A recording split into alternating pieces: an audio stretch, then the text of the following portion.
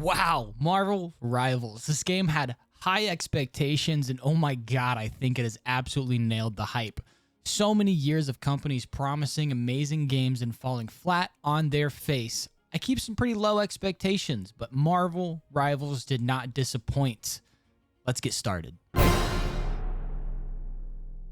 Marvel Rivals released with 33 characters, and now that Season 1 has dropped, we're getting 2 more. Most games take years to get to that many characters, if they can even survive that long. Apex Legends released nearly 5 years ago and is only at 26 legends and likely won't even survive long enough to see 33.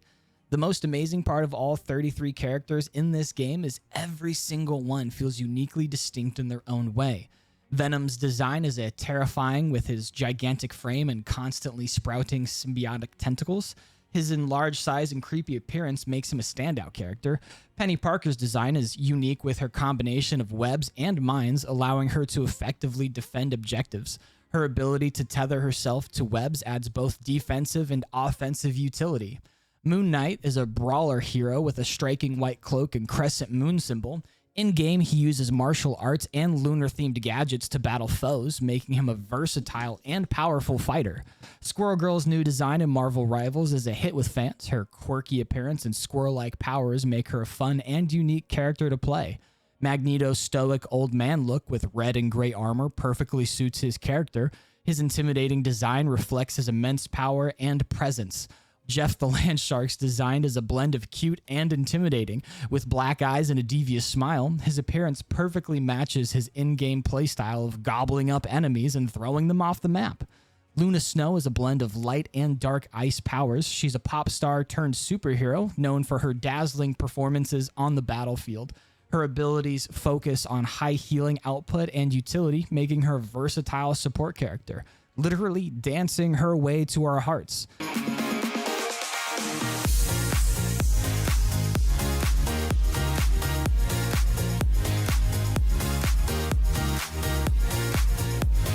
Marvel has spent decades creating so many unique characters, you'll have no problem finding a character that fits you perfectly.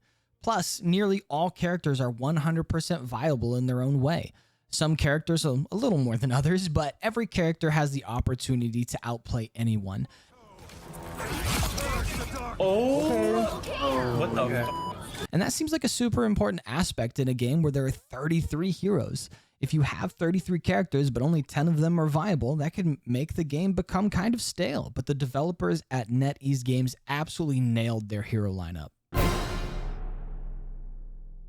When you have 33 characters that all have insane backstories and decades of calculated lore, the dynamics between these characters has so much potential for banter and conversation between one another.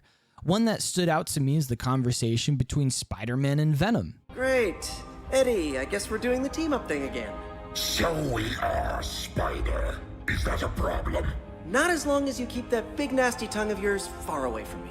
We will do our best, but we make no promises. Or even some interactions that made me laugh so hard when hearing them in game. I am Groot. We are Venom. I am Groot. We are suddenly considering a plant-based diet. But most importantly, you cannot forget. OMG, aren't you the cutest little thing ever? Get over here! You should totally join my squad. Wait, quick question. You don't eat squirrel, do you? There are so many interactions in this game that range from hilarious, cute, serious, and sad that we would be here for an hour if I included all the ones I liked. If you want to see more of those, check out Mr. Ed Rivers and this other guy that I don't know how to pronounce. I got this footage from their channels and they'll be in the description as well.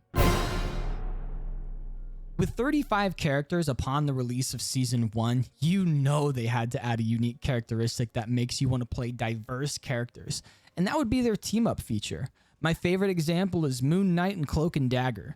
When this duo is on the same team, Moon Knight gets this insane ability to go invisible in a small circle, plus his ability bounces off his target to other nearby targets, doing immense amounts of damage. I've never seen anyone use this ability to its fullest potential, but it is deadly, I can guarantee that. Even Spider-Man and Venom have a team up. And I'm not talking like the team up in Spider-Man 3.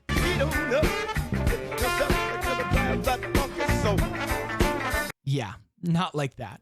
Venom gives Spider-Man and Penny Parker a suit explosion, which is when their suits explode into a sharp ball of black goo, doing a little bit of extra damages to enemies close up.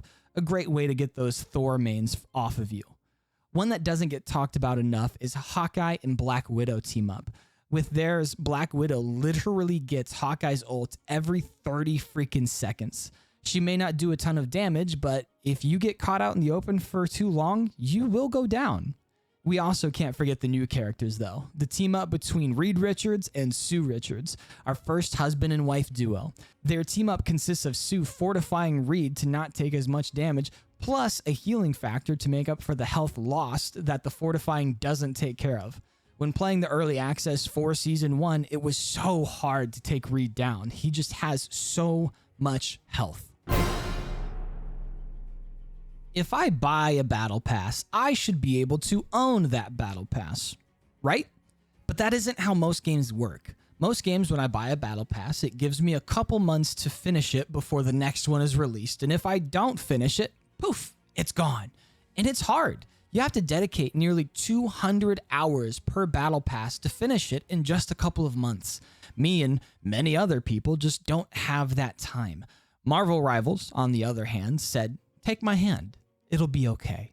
Not only the battle passes with Marvel Rivals being absolutely jam-packed with non-stop, incredible, usable skins, but I don't have a time limit on when I need to finish it. I could own 3 battle passes and still be working on all 3 of them. No more FOMO. Thank the Lord I can have a life whenever I play this game.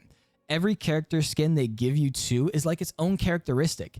If you use the Blood Berserker Wolverine in the new Season 1 Battle Pass, it is a whole different kind of look and feeling to play him. I have new animations and everything. One of the main keys to live service gaming is having a regular circulation of fresh new ideas to keep players entertained when they don't want to play the normal modes.